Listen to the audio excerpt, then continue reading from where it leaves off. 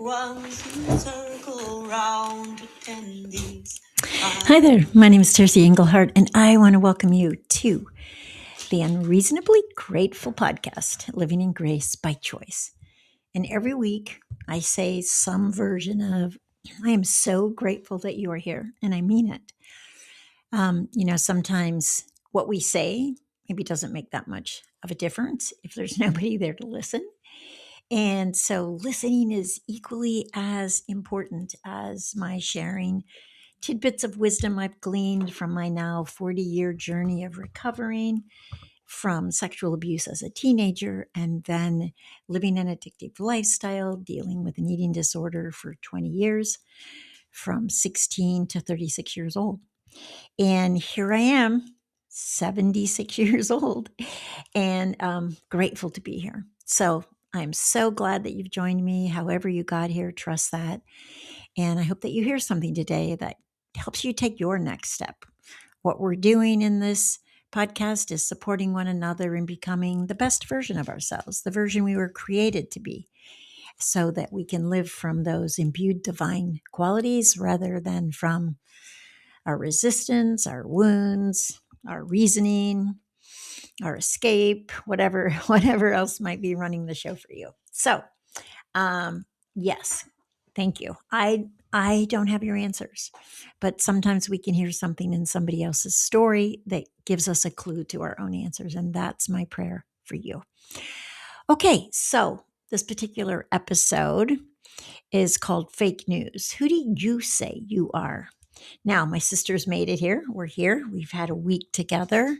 Been amazing, been healing, been insightful, sharing this journey together. For those of you that have been listening in for a while, you know my sister is dealing with a diagnosis and chose to come here. We could offer her a place to live and she could get some support in going through whatever that process is going to look like. We've met with the surgeon. He actually spent 2 hours talking to us. That's the longest I've ever had a doctor spend with anyone I know of. It was amazing. He was such a great listener. And he shared with us his views without making his views right and our view wrong, but just an opportunity to educate from his perspective as the surgeon who'd be doing the surgery. And so it led us to wait on scheduling the surgery for right now. And we're going to meet with a medical oncologist in just a couple days. And then once we have all that information, my sister will make a choice as to what treatment she wants to go forward with. And the surgeon was generous enough to say, listen, I work for you. You tell me what you want, and I'll do that for you. I just want you to know fully what your options are and what those might look like. So it was amazing. And the best part is we got to go out afterwards and have a bite to eat. And it just felt like the old times, driving together, listening to music. She, of course, drove before I did. And this time I got to drive her.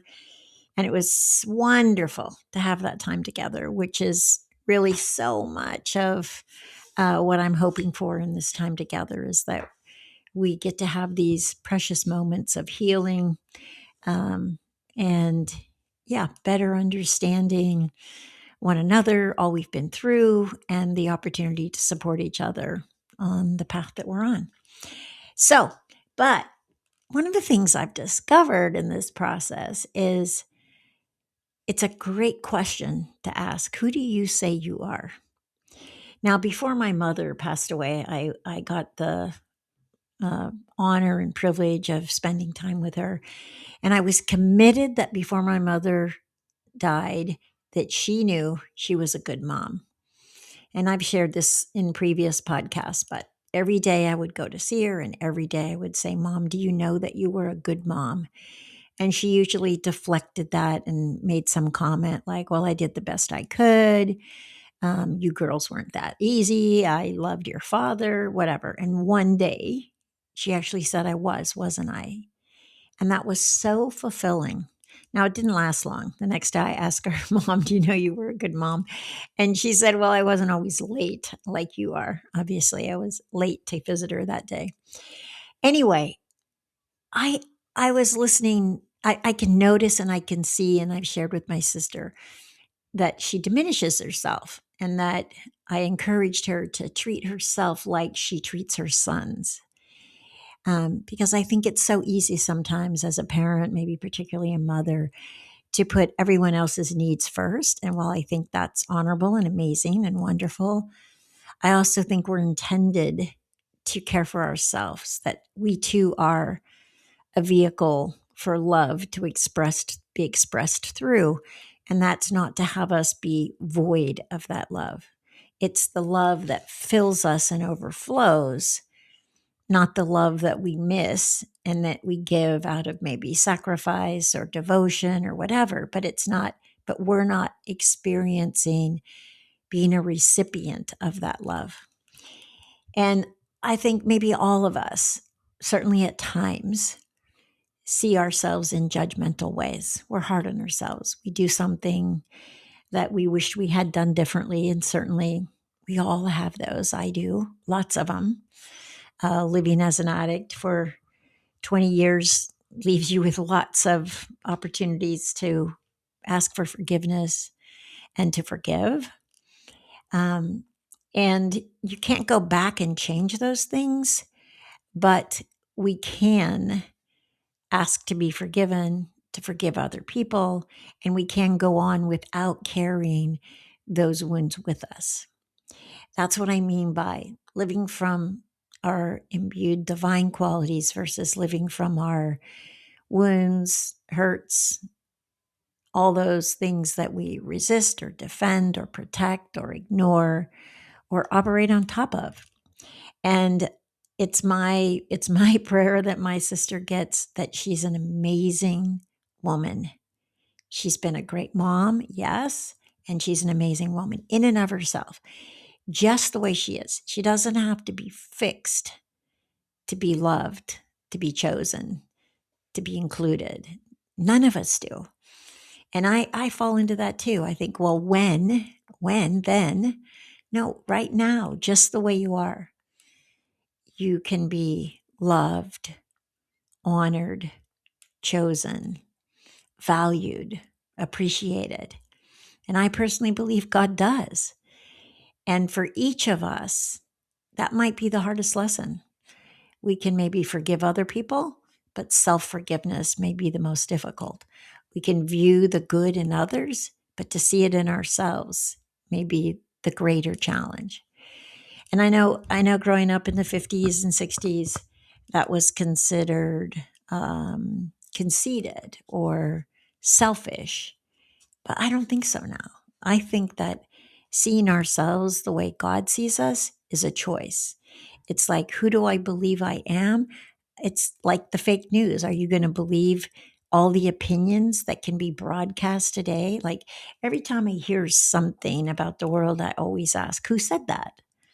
I want to know who said that. And I think it's important for us to recognize that we're saying things about ourselves sometimes that perhaps other people have said about us and we've adopted it, we've taken it on, but we don't necessarily see that person as the person that determines who we are.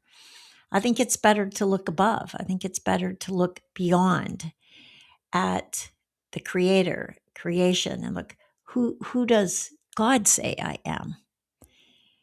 And if you're not a believer in God, there's lots of ways people connect to that infinite agape love. And maybe you use another word, but I suggest there is a being that loves you, that created you, that chooses you, adores you, just the way you are. And all of us have access to that if we choose to. So that's what I want you to take on this week. However, you best connect with that infinite, unconditional love, see if you can't let that love define who you are, not some story, some wound, some past experience, some guilt, some shame, whatever else might be defining who you say you are. See if you can't go to work on that and redefine yourself to actually be closer to who you were created to be. Okay? That's what we're doing this week. I'll be here next week. I look forward to seeing you then. And remember, you are created as a beautiful, amazing person with gifts and talents to contribute to this world. Have a beautiful week, and I'll see you next week.